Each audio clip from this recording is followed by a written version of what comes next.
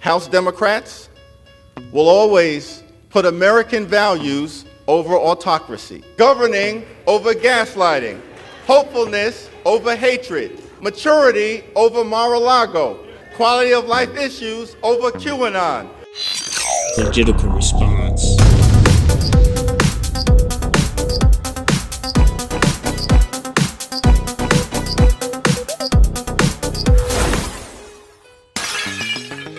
What's up, everybody? Thanks for tuning in. This is Legitical Response, a little show I put together to kind of highlight some of the inner workings of the government, what's going on with Congress, what's going on with Senate, what the congressmen are saying about us, what the congressmen are doing, what they're not doing, what they might be doing, but mostly what they do and say that makes you just want to punch your phone until it vaporizes.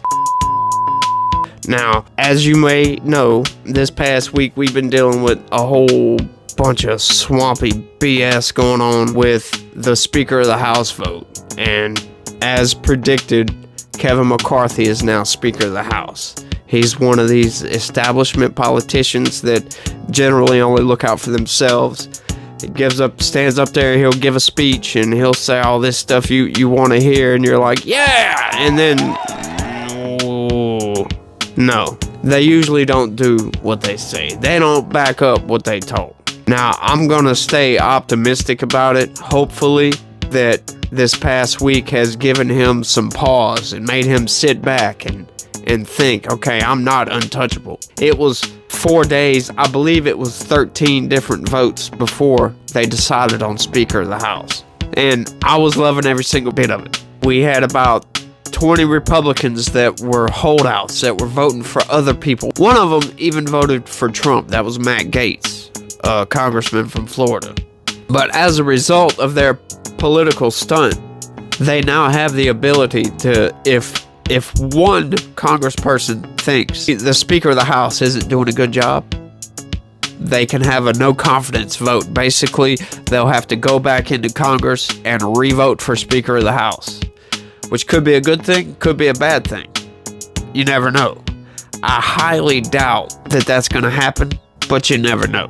Now, after it was all said and done with, Kevin McCarthy came up and he gave his speech. He kind of talked about his commitment to America, said what he was going to say, talked about how he was going to work across both aisles, which is that same old establishment BS that they always talk. How he was going to work with the Democrats and work with the Republicans.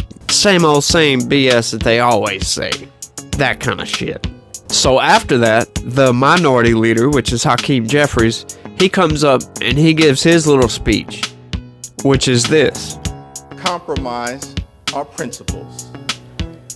House Democrats will always put American values over autocracy, benevolence over bigotry, the Constitution over the code, democracy over demagogues, economic opportunity over extremism, freedom over fascism, governing over gaslighting, hopefulness over hatred, inclusion over isolation, justice over judicial overreach, knowledge over kangaroo courts, liberty over limitation, maturity over Mar-a-Lago, normalcy over negativity, opportunity over obstruction, people over politics, quality of life issues over QAnon, reason over racism, substance over slander, triumph over tyranny, understanding over ugliness, voting rights over voter suppression,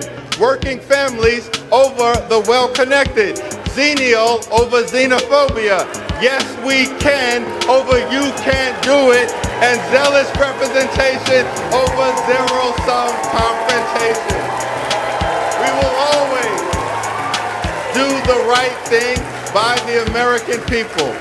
So let us not grow weary of doing good.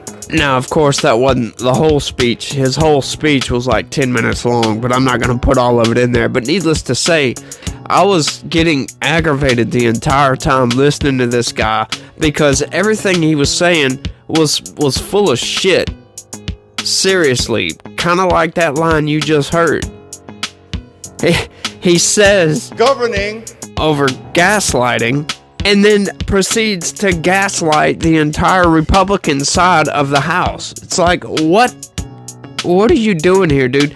That was one of the most immature things I think any congressman could do at that point in time. They're celebrating the new Speaker of the House, and then you're going to gaslight half of these people and piss everybody off. What are you doing, dude? I mean, come on. Can't we act like some civilized folks? Get up there, congratulate Kevin McCarthy on working his way all the way to the top. No, you're going to get up there and you're going to gaslight the crap out of everybody while talking about not gaslighting people. What the is wrong with you? Is it just me, or do some of these politicians really seem like they never evolved out of high school? I mean, all you got to do is go back and look at some of their debates, especially in 2020 at the presidential debate, Donald Trump versus Joe Biden. That was one of the most ridiculous debates I think I've ever seen. Couldn't get a word in edgewise. They were both talking over each other, and it just sounded so ridiculous, and I was laughing the entire time. It was very entertaining, but looking at it from a political standpoint, it was one of the most embarrassing things to see. I just couldn't believe they were doing that. Both of them. It was crazy. Two 70-something-year-old men arguing and bickering like they're in high school. Just threw me for a loop. But I guess that's what being a politician is. Being a baby. I mean, is it really too much to ask for your politicians to be civilized, to act like adults, to go in there, work with each other, legislate, do what you gotta do, and be done with it? Make the country work. Is that too much to ask for? I guess we will have to see.